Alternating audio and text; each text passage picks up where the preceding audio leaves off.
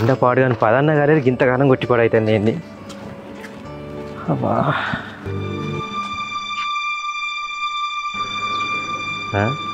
దీనికి ఏమైంది కొంపదీసి 3 బదుల కానీ నిమ్మకాయ దొక్కొచ్చింది ఏంది గట్ట కూర్చుంది రజనీ ఏమైందే సప్పుడు ఈ రెండింటికి కలిసి ఒకదానికి ఎత్తావు తన గడ్డి ఈ ఉచ్చవచ్చి అంత దొక్కుతాయి తింటాయా మళ్ళా దానికింత దీనికింత అయ్యాక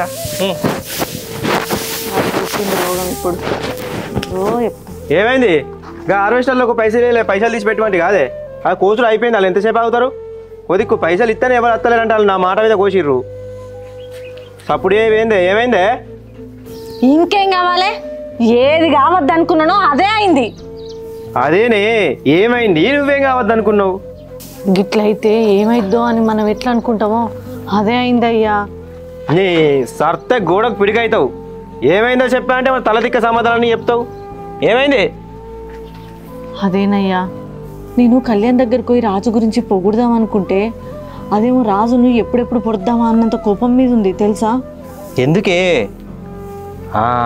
ఆ రోజు రాజుగాడు వాళ్ళ అన్నను భూమి విషయంలో ఎటువంటి తట్టే తిట్టింది కదా అది మనసులో పెట్టుకున్నట్టుంది అందుకే గట్లుంటుంది కావచ్చు కాదయ్యా రాజు బండికి బ్రేకులు లేవు కళ్యాణ్ చూపు రోడ్డు మీద లేదు దానివల్ల బండి వచ్చి కళ్యాణ్ని గుద్దింది కళ్యాణి పోయి రాజు చెంప మీద గుద్దింది అంతే దాంతోని రాజు కోపం వచ్చి అప్పుడే జైలు నుంచి తప్పించుకున్న దొంగ ఎంబడి పడ్డట్టు దాని ఎంబడి పడ్డాడు ఏంది ఒక ఆడపిల్లని ఉరికించుకుండా కొట్టినా ఆడేం మనిషే ఏమోనయ్యా మౌనిక చచ్చిపోయినప్పటి నుంచి రాజు అంతా పిచ్చి పిచ్చి అవుతాడు ఇంకేం చేస్తాడో ఏమో నాకు అదే భయం అవుతుంది కుంప తీసి రాజుకు పిచ్చి గిట్ల లేచిందా ఏంది అవునే వాడికి పిచ్చే మౌనిక లేదన్న కోపం వానికి ఎవరి మీద చూపించానో అర్థమైతలేదు అమ్మ మీద అరిస్తే అర్థం చేసుకునేది నాన్న మీద అరిస్తే నాకెందుకులే అనుకుంటాడు వాళ్ళిద్దరు లేకపోతే అన్నాబాదన మీద అయితే అరవలేడు కదా ఒకటి చెప్పన్నానే అర్థం చేసుకుంటే వాని కోపం అందంగా కనిపిస్తుంది అర్థం చేసుకోకపోతేనే ఇట్లా పిచ్చి లెక్క కనిపిస్తుంది అంతేది మరి ఇప్పుడు ఏం చేద్దామంటావయ్యా అరే ఏముందే ఎవరితో ఎవరికి ముడివాడన్నో ఆ భగవంతుడు పైన రాసే ఉంటాడు చూద్దాం ఏం జరుగుద్దో అట్లాంటివేందయ్యా దేవుడు ఎవరి జీవితంలో ఏది జరగాలని ముందే రాసి పెట్టుంటే మళ్ళీ మనం అది కావాలి ఇది కావాలని కోరికలు కోరుడేంది ఎట్లయినా ఆయన చెప్పిందే జరుగుతుంది కదా మళ్ళీ మనం కోరికలు కోరడం వల్ల లాభం ఏంది అంటే ఇప్పుడు మనం కోరికలు కోరినాం కదా అని చెప్పి ఆయన ముందు రాసి పెట్టింది పక్కకు పెట్టి మనం కోరిన కోరికలు తీర్చుతాడా ఏం మాట్లాడుతున్నావయ్యా ఏది జరిగినా మనిషికి వాళ్ళ కర్మానుసారంగానే జరుగుతుందని పిచ్చిదానికి తెలియదు ఇంకా భగవంతుని లీల మనకు కాదే ఆ రాసిన భగవంతునికి కూడా తెలియదు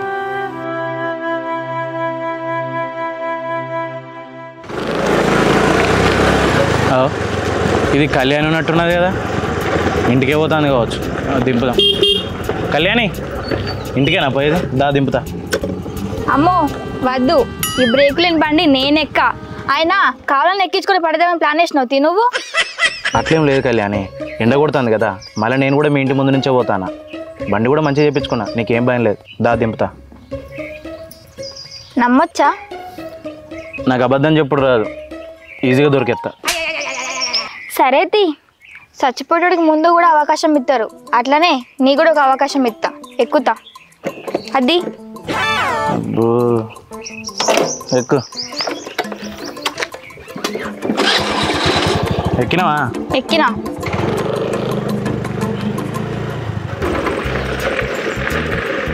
అబ్బా పెట్రోల్ అయిపోయినట్టుంది అందుకే ముందే చెప్పినా నీ బండి ఎక్క అని నువ్వేం బాధపడకు మా అన్నకు ఫోన్ చేస్తా ఆయన పెట్రోల్ పట్టుకొని వస్తాడు నీడలు నిలిసోపా హలో అన్నా గీ పోషమ్మ గడ్డ పెట్రోల్ అయిపోయిందన్నా పెట్రోల్ పట్టుకొని రావా ఏంది గంట అవుతుందా సరే గిడ నీడకుంటాం మేము సరే అన్న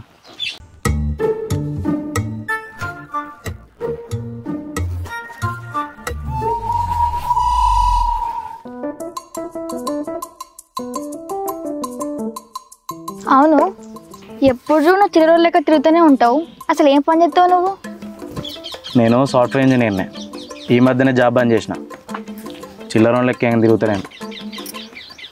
ఎందుకో తెలుసుకోవచ్చా? అంటే నీకేం ప్రాబ్లం లేకపోతేనే చెప్పు, నేనైతే అడుగుతాన్నా. నీకు చెప్పేంత చనువు ఉంటే చెప్పు. చెప్పకుండా దాచిపెట్టడానికి అదేమన్నా గండికోట రహస్యమా? నా భార్య పెట్టే టెన్షన్స్ వల్ల నా జాబ్ పోయింది, ఇంకో ఆమె వల్ల జాబ్ వచ్చింది. కానీ ఈసారి నేనే వదిలేసుకున్నా. ఏంది, నీకు పెళ్ళైందా? ఎందుకు చూడ్డానికి అట్లా లేనా? పెళ్ళి మాత్రం అయినట్లేవు, 2 పిల్లలు ఉన్నట్టున్నావు. 2 కాదు, ఒక్కతే బిడ్డ. అగో, నీకు బిడ్డ కూడా ఉందా? మరి నీ భార్య ఎప్పుడు కనిపించలే నాకు. చనిపోయింది. అయ్యో సారీ. కొంపతీసి నువ్వు చంపినావే ఏంది? ఏహే, మరి నువ్వెందుకు సారి చెప్తాను? అంటే చెప్పాలి కదా అని చెప్పిన. అవును, మీ భార్య అనిపోయిన బాధ ఎప్పుడు కనిపించలే నీలో, ఎందుకు? బాధ అంటే కనిపించేటట్టు ఏడవన్నా, మనసులో కూడా ఏడవచ్చు.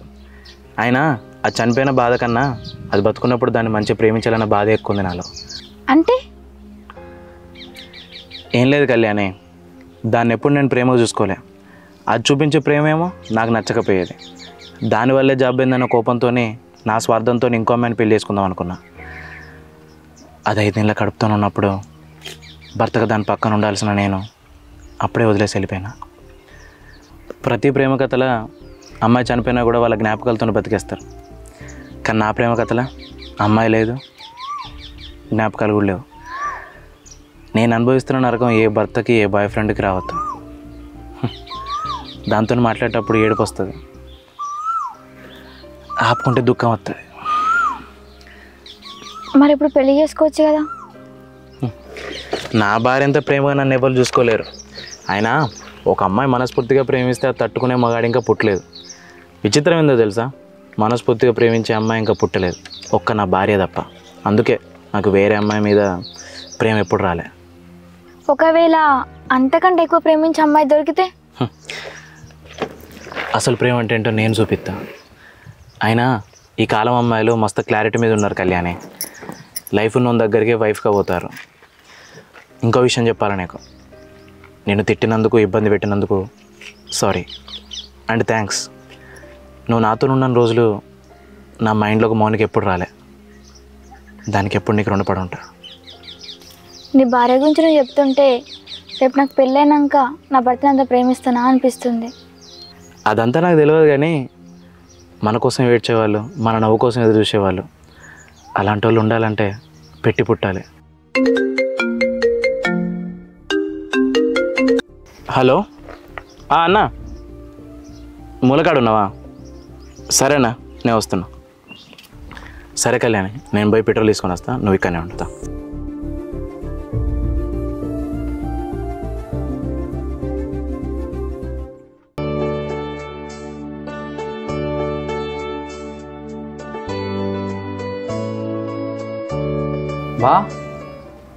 బా అమ్మో పండుకున్నట్టున్నాడు కదా, ఇవాళ ఎట్లయినా సరే ఈ విషయం చెప్పే పోవాలి ఇక్కడికి వెళ్ళి.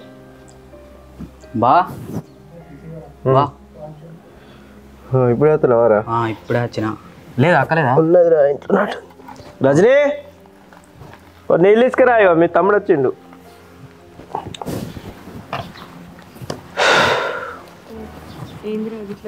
ఏమన్నా తిన్నావా అక్క?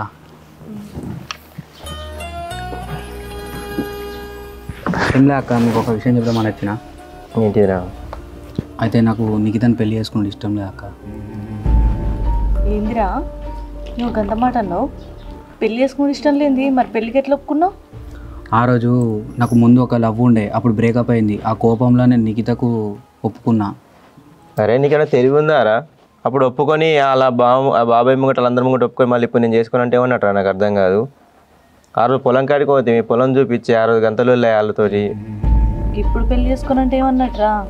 ఏదైనా ఉంటే నువ్వు ముందే ఆడ బ్రేకప్ అయిందని ఈడ ఒప్పుకున్నాడు, ఇప్పుడు అది ఒప్పుకున్నదని ఈవెన్ కాదంటే మాట పోదా? లేదక్క, నాకు ఇప్పుడు ఏం చేయాలో అర్థమవుతలేదు. సరే ఇప్పుడు మీ బలవంతంతో నేను చేసుకున్నా అనుకో, నేను సంతోషంగా ఉండలేను, ఆమె కూడా సంతోషంగా ఉండలేదు. ఆ ముచ్చట నీకు ముందుగా ఎరికే కదా తమ్మి. ఇప్పుడు వచ్చి నిమ్మలంగా నేను మీ బలవంతం మీద ఒప్పుకుంటే నేను సంతోషం ఆమె సంతోషం అని మాట్లాడుతున్నావు. నేను అడిగినప్పుడే ఆలోచించుకొని చెప్తా అయిపో కదరా. పెళ్ళంటే ఏమనుకుంటున్నావురా? ఆడ బ్రేకప్ అయిందని ఇడ చేసుకున్నాక అది మాట్లాడిందని మళ్ళీ దాంతో పోవడానికి అంత నీ ఇష్టమేనా? ఆ బొమ్మలట అనుకుంటున్నావా? ఏమో నాకేం తెలియదు. మీరు పోయి చుక్కారెడ్డి మామకు మీరే చెప్పుర్రి, ఇగో వాని సంగతికి ఇదే అని. ఇక నేను కూడా నాకు ఇక్కడ ఉండబుద్ధి ఎత్తలేదు, నేను లండన్ వెళ్ళిపోతా. నీ కథలే తెలియదు, ఏందో అత్తాండు పోతాండు, ఏమో మామకి చెప్పు అని మాట్లాడుతాండు. ఏమని చెప్పమంటావు? మామ ఇప్పుడు చేసుకొని అంటాడు, వానికి ఇంకోటి ఇష్టం ఉన్నదట అని చెప్పమంటావా? కనీసం మనకు అమ్మ నాన్న లేకున్నా కూడా ఉన్నదే ఒక మామయ్య, ఆ మామయ్య కూడా అట్లా మాట పోతే ఏమనుకుంటాడు? ఏమో అక్క నాకేం తెలియదు. బావా మీరే ఎట్లయినా కలిసి ఒప్పిర్రు, ఏదోటి చెప్పుర్రి. ఏమి భావిస్తాం, నాకైతే తెలియదు. నేను మాట్లాడమా మామయ్య దగ్గర, నా మాట పోగొట్టుకోలేదు. బావా ఏం మాట్లాడమంటున్నావురా? వానికి ఇష్టం లేదట, వాడు చేసుకోడట అని చెప్పన్నా. ఆ రోజు నన్ను మీరు ఏం అడగలేరు చేయలేరు, మీదే అనుకున్నారు కదా. అప్పుడు అలుగుతుంది. ఎవడు అడగలేదు? ఎన్నిసార్లు అడిగినావు? నువ్వు కూడా ముందుగానే వచ్చి అక్క చేసుకుంటా మన చుట్టపామే కదా అని మాట్లాడినావు కదా, మళ్ళీ ఇప్పుడు వచ్చేమో నన్ను అడగలేదని మా మీదకి నొక్కుతున్నావు. అది చేసుకొని అంటే కూడా మా బలమీటికి ఒప్పితే చేసుకుంటాను. లేనిపోయిన ఆశలు దానికి ఫస్ట్ ఇప్పుడు ఆ మామయ్యని బతిలాడితే ఏం లాభం? మామయ్య మన కళ్ళ ముందు ఉన్నాడు, వాడు గుణం మంచిదని మేము మాట్లాడితే ఇప్పుడు మళ్ళీ నాకు చెప్పలేదని మాట్లాడుతున్నావా? తీసుకుని పోరండి. ఏమో బావ అంటుండు కదా, ఆమె కూడా ఇష్టం లేకపోయినా ఇష్టం వచ్చి చేసుకుంటుందని. ఏమో ఆమె కూడా ఇప్పుడు ఉంది కావచ్చు, ఇష్టం లేదేమో. మాట్లాడు ఇష్టం లేక పెళ్ళంటేనే ఇష్టం లేదు, మేము ఒప్పించినాక సరే అని చేసుకుంటా అన్నది. ఇప్పుడు లేనిపోయిన ఆశలు మనసులో పెట్టి చేసుకోవాలంటే ఏమన్నట్టు నాకు అర్థం కాదు. పొలగాల పరిష్కారం అనుకుంటున్నావు లగ్గం అంటే? యువతిరాది నువ్వు ప్రేమించిందని ఇక్కడికి తీసుకురాపో, దాని మెడలు నీ మెడలు ఇరగొడతా. అప్పుడేం చేసింది, ఇప్పుడేమో పెళ్లి చేసుకుంటా అని మాట్లాడుతుంది. మీ ఇద్దరి ఇష్టానికి మధ్యలో నిఖిత బాతుకు ఆగని చెప్తారా? ఆ అమ్మాయి లండన్లో ఉంటుంది అక్క, ఆ అమ్మాయిని పెళ్లి చేసుకుందామని పోతున్నా. అయితే ఈ విషయం పోయి నిఖితకును చుక్కారెడ్డి మామకి చెప్దాం అనుకున్నా, కానీ నేను డైరెక్ట్ పోయి మాట్లాడితే వాళ్ళు ఎట్లా తీసుకుంటారేమో అని చెప్పి నీతోటి బావతోటి మాట్లాడదామని వచ్చిన ఈ విషయం. మీరైతే మీ పద్ధతిలో చెప్తారు కదా, అట్లనే రాజుబావ కూడా తెలియదు ఈ ముచ్చట. అరే నువ్వు లండన్లో ఉన్న అమ్మాయిని ప్రేమించుడు తప్పంటలేనురా, కానీ ఆ అమ్మాయి ఉండంగా నిఖితను పెళ్లి చేసుకుంటా అని అనడం తప్పు. ఇప్పుడు నువ్వు అన్నావు కదా ఆ అమ్మాయి మీద కోపంగా నేను పెళ్లి కొప్పుకున్నానే కానీ ఇష్టంతో కాదని, అది ఇంకా పెద్ద తప్పురా. ఇప్పుడు నువ్వు చేసిన తప్పులను మా ఇద్దరి దగ్గరికి వచ్చి నువ్వు ఒప్పి అక్క మామయ్యను, నువ్వు మాట్లాడక్క నిఖితతోని అంటున్నావు. మాట్లాడాల్సింది మాతోని కాదురా, మామయ్యతోని కాదు. నువ్వు ఫస్ట్ నిఖితతో మాట్లాడాలి, నీ పరిస్థితి ఏందో నిఖితతో చెప్పాలి. ఆ తర్వాత మీ బావ అదే రాజు దగ్గర మాట్లాడాలి. మా ఇద్దరిది ఏముందిరా, నా తమ్ముడు కదా అని చెప్పి నాకు కొద్దిగా పానం కొట్టుకొని కట్నం కాడ ఎట్లా మాట్లాడనో అట్లా మాట్లాడినా. అంతగానం నేను మామయ్యతో కొట్లాడి నా తమ్మునికి ఇంత కట్నం రావాలని నేను కొట్లాడిన దాన్ని ఇప్పుడు పోయి మామయ్య వాడికి ఇష్టం లేదట, వాడు ఇంకో అమ్మాయిని ప్రేమించిండట అనే మాట నేను ఎట్లా చెప్పాలి చెప్పురా? మనకున్నదే మామయ్య ఒక్కడు. ఇప్పుడు నీ వల్ల నేను పోయి మాట్లాడితే మామయ్య దాన్ని ఎట్లా తీసుకుంటాడు? నువ్వు ముందు మా అందరితో కాదు మాట్లాడాల్సింది, నిఖితతోని మీ బావతోని. అది ఎట్లా మాట్లాడుకుంటావు ఏంది అనేది నువ్వు ఆలోచించుకో. అరే అక్క చెప్పేది కూడా కరెక్టే కదరా, మీ ఇద్దరిని కలపడానికి మేము ఇద్దరం ముంగట పడ్డాం. ఇప్పుడు మీ ఇద్దరిని విడగొట్టడానికి కూడా మేము ముంగట పడడు కరెక్ట్ కాదురా. నీదేంద్రా పెళ్లి చూపులకు వస్తావు చూస్తావు వెళ్ళిపోతావు, కానీ అమ్మాయికి పెళ్లి జరగలేదంటే నలుగురు 4 విధాలు మాట్లాడుకుంటారు. ఆ తండ్రి ఎంత బాధపడతాడో ఆ అమ్మాయి ఎంత బాధపడుతుందో నీకు తెలుసా? అందుకే ఒక అమ్మాయిని చూసే ముందు 10కి 20 సార్లు ఆలోచించి చూడడానికి పోవాలిరా. నీకు చేసుకునే ఉద్దేశం ఉంటేనే పోవాలి, చేసుకునే ఉద్దేశం లేనప్పుడు పోవద్దు, ఇట్లా బాధ పెట్టద్దురా. ఇప్పుడు మేము పోయి ఏ ముఖం పెట్టుకుని అడుగుంటానో చెప్పు. సరే బావా మీరు అన్నది కూడా కరెక్టే, నేను పోయి నిఖితతోటి మాట్లాడతా. ఒకవేళ నిఖిత ఒప్పుకుంది అనుకో ఖచ్చితంగా వాళ్ళ నాన్న నొప్పిస్తుంది. ఒకవేళ ఈ మధ్యలో ఏదైనా ఇబ్బంది అయితే మీరే వచ్చి మాట్లాడాలి. సరేరా మాట్లాడతాం పో, నువ్వు చేసిన ఘనకార్యం అని ఇంకా రావాలి అని మాట్లాడతాను పో. సరే అక్క పోయేత్తా మా పోయేత్తా. ఇప్పుడు ఆ పోరి మాట్లాడుతుందేమో గందుకే వచ్చి నేను పెళ్లి చేసుకొని అంటాడు. అరే వానికి కొంచెం కూడా బరువు బాధ్యత లేకుండా అయిపోయింది. ఎంత సింపుల్గా చెప్తుండు నాకు పెళ్ళొద్దు బావా అని. ఆడికి నిఖిత అన్నది నాకు అసలు పెళ్ళొద్దు ఏమొద్దక్క, నాకు పెళ్ళి మీద ఇంట్రెస్ట్ లేదు వదినా అని. కానీ మనమే బలవంతం చేసి ఒప్పించినాం. ఇప్పుడు ఈ పిల్లగాడు చేసుకున్నంటే ఇక ఆమెకు లైఫ్లో పెళ్లి చేసుకోవాలనే ఆలోచన కూడా రాదు. చాలాసార్లు అంటది ఈ మొగోళ్ళ బుద్ధే గింత, ఎటు వంగ అయితే అటే ఉంటారు అని. ఏమోనే మన ఇద్దరం వాళ్ళని కలుపుదామని ముంగట పడ్డాం, ఇది ఎట్లా ఇచ్చుకపోయింది. ఇప్పుడు రాజు నుండి కళ్యాణి కలుపుదామని నువ్వు ముంగట పడ్డావు, మరి అది ఎక్కడ దాకా వచ్చింది? అది కూడా గిట్ని ఇచ్చుకపోతుంది ఏంది? నేను పొద్దుగాల అడుగుదాం అనుకునే వరకు ముఖం ఇట్లా పెట్టుకుంటే నేను ఏదో కొడితే అప్పుడే పోతుంది. ఏమోనయ్యా ఆ పిల్లకు వేరే సంబంధాలు చూస్తారని చెప్పినప్పుడే నాకంతా ఇంట్రెస్ట్ వేయింది. ఇప్పుడు ఆ పిల్ల కడుపులో దేవుడు చూచి ఆయన మీద ప్రేమ పుట్టేటట్టు ఏస్తే తప్ప ఆ పెళ్ళి జరగదు. ఇక ఇది ఎట్లయితుందో నాకేం అర్థమవుతలేదు. సరేదా ఈ రందులన్నీ పెట్టుకొని అసలు తలకే పని చేయకుండా అవుతుంది. అన్నం తిందుదా.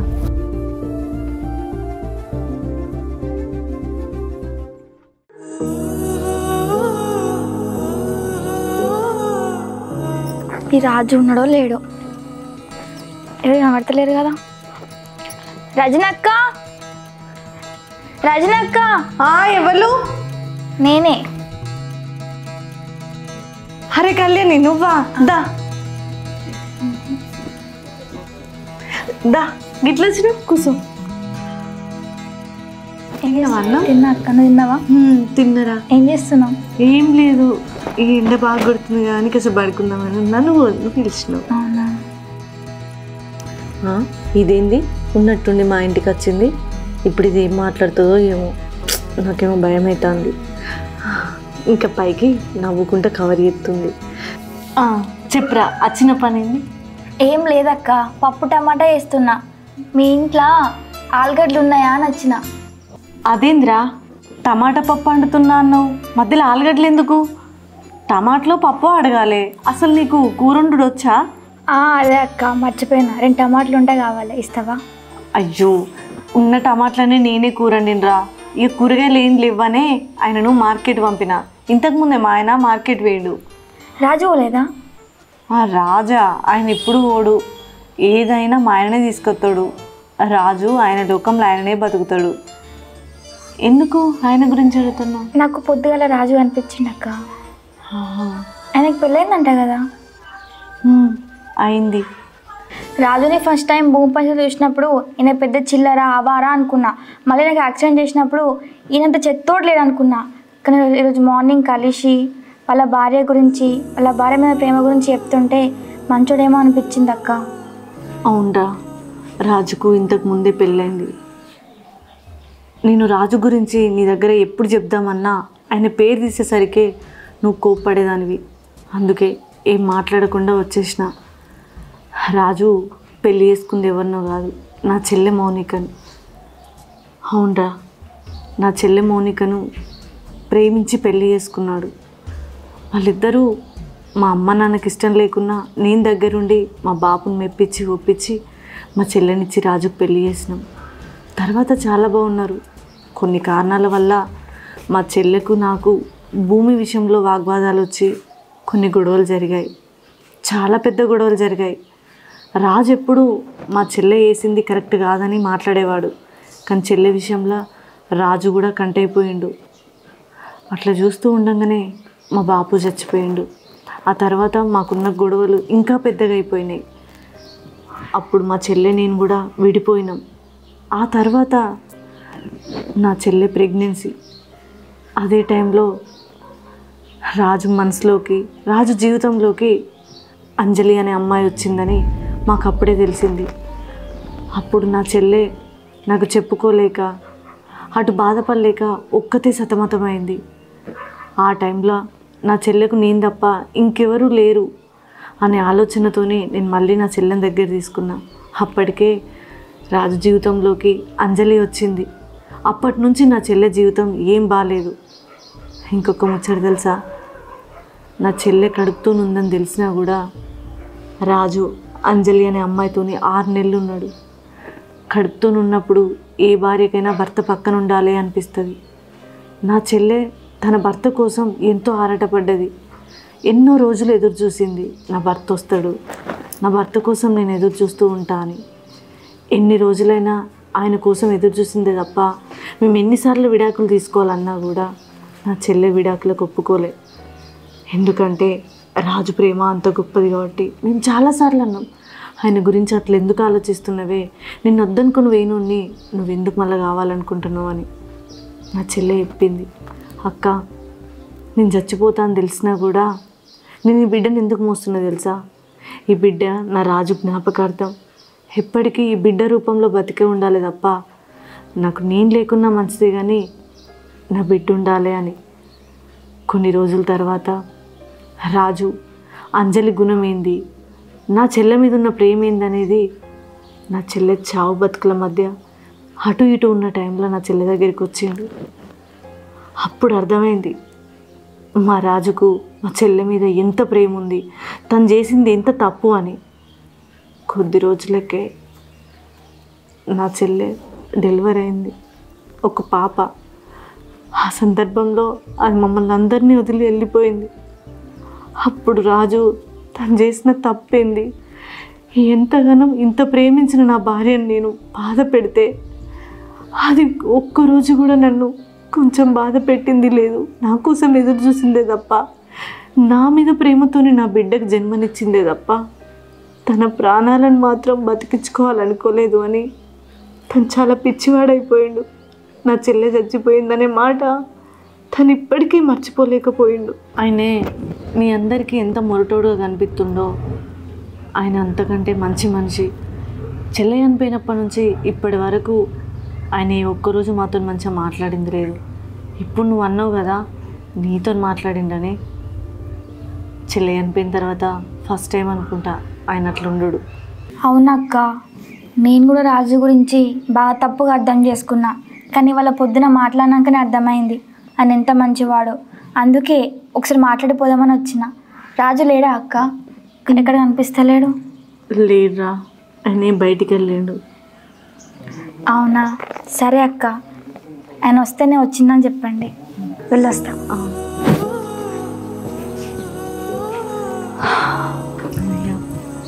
ఇదేంటి ఈ అమ్మాయి వచ్చి రాజు గురించి ఇంత మంచిగా మాట్లాడింది. ఏదైతే పొద్దున్నే కదా నేను దేవుణ్ణి మొక్కుకున్నా, ఆ అమ్మాయి కడుపులో వచ్చి దేవుడు మార్చాలని. తనకిట దేవుడు మార్చింది. ఈ విషయం వెంటనే రాజుకు చెప్పాలి. ఆయన వచ్చే వరకు నీళ్ళు పెడితే కావుతే స్నానం చేస్తాడు. మిషన్ చూపించి అంత దుమ్ము పట్టి ఉండొచ్చు. వచ్చినాక కొన్ని కట్టెలు చెక్కలన్నీ ఏమనాలి. గిప్పుడోలో ఫోన్ చేస్తారు.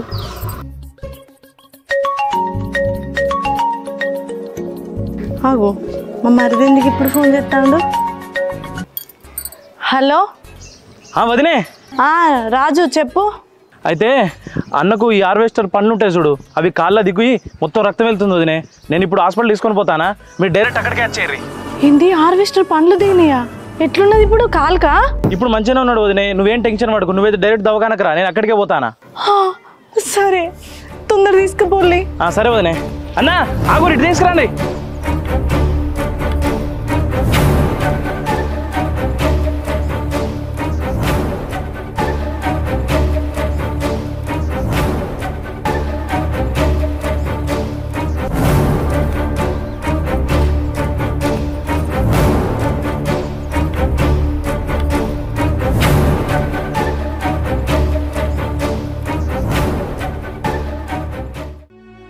మెల్లగా మెల్లగా వేడవక వదిన, ఏం కాలే. కానీ వేడితే ఇంకా ఆయనకు భయం అవుతుంది.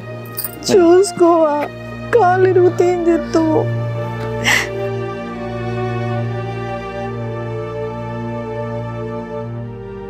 మెల్లగా అన్న, మెల్లగా మెల్లగా మెల్లగా పెట్టు కాలు. మెల్లగా మెల్లగా. అది డాక్టర్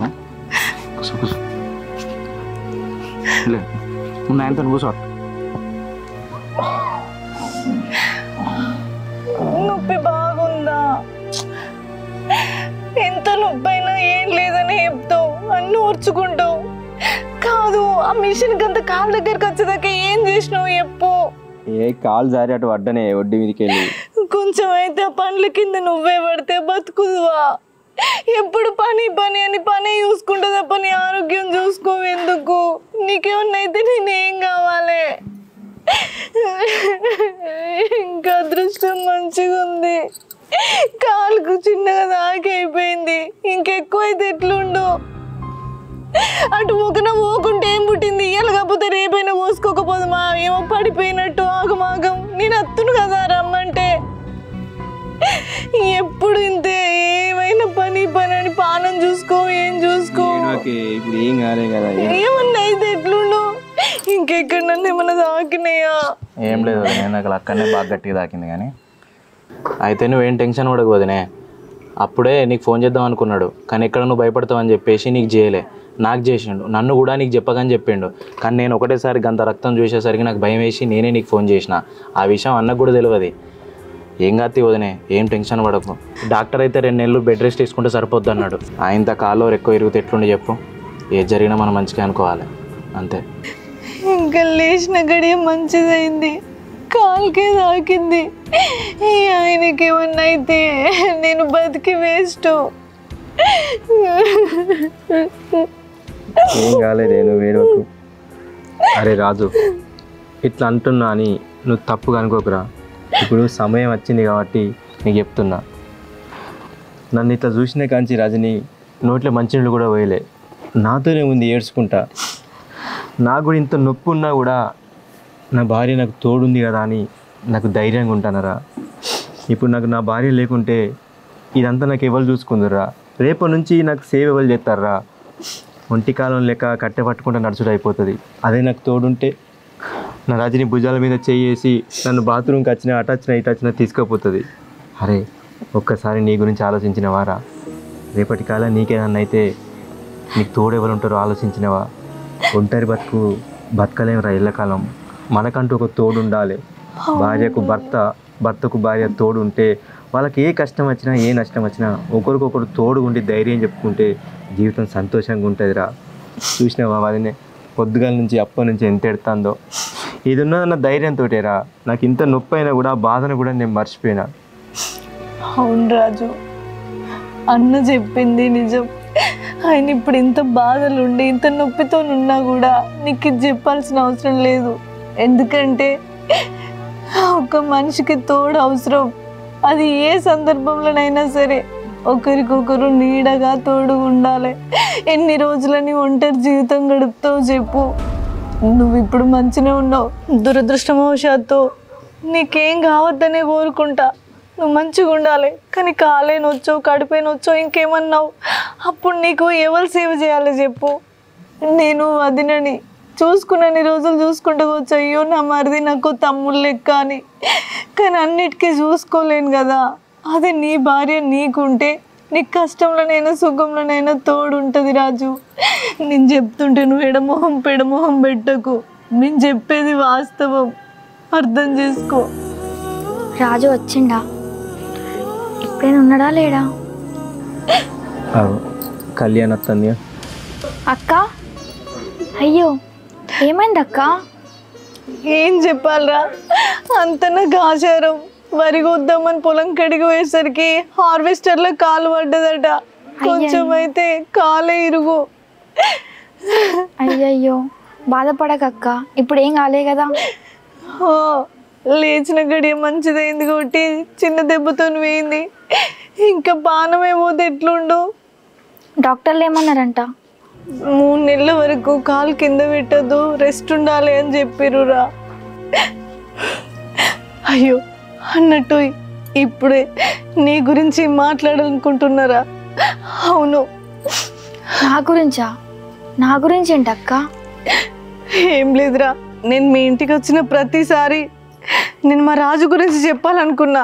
కానీ అప్పుడు ఆయనకు నీ మీద కోపం, నీకు ఆయన మీద కోపం. అందుకే నేను అసలు ఆయన విషయాన్ని నీకు చెప్పలేకపోయినా. ఇప్పుడు సందర్భం వచ్చింది కాబట్టి చెప్తున్నా, నా మాట విను. ఏం విషయం? నువ్వు బాగు రాజు, నువ్వు కొంచెంసేపు నన్ను మాట్లాడి. అవును, నేను నీ గురించి కళ్యాణి దగ్గర మాట్లాడడానికి చాలాసార్లు వెళ్ళినా.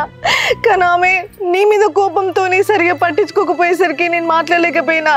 అదే నిన్ను ఆమెకిచ్చి పెళ్లి చేయాలని నేను అన్న నిర్ణయించుకున్నాం. అది చెప్పే సందర్భం నాకు రాలే. ఇంతకంటే మంచి సందర్భం నాకు ఇక రాదు. రాజు, నువ్వు కళ్యాణిని పెళ్లి చేసుకో.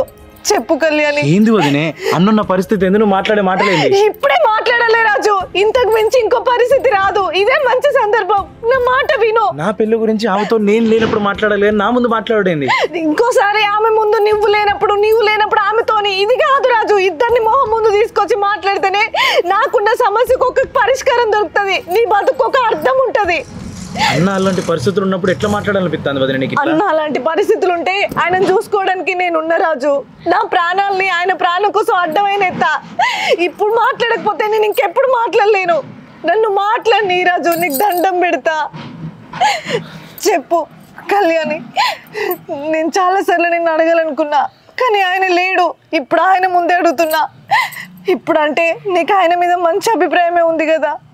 నువ్వు పొద్దున వచ్చినావు కదా మా ఇంటికి. ఇప్పుడు ఆయన మీద నీకు మంచి అభిప్రాయమే ఉంది కాబట్టి ఆయన అంటే ఎంతో కొంత ఇష్టం ఉందని అనుకుంటున్నా. చెప్పు, నువ్వు రాజుని పెళ్లి చేసుకోవడం నీకు ఇష్టమేనా? ఆయన అంటే నాకు ఇష్టమే అక్క, కానీ అది పెళ్లిదాకా వద్దో లేదో నాకు తెలియదు. అదేంద్రా వదినే, నేను చెప్పేది నువ్వు. ఏంటిది వినేది?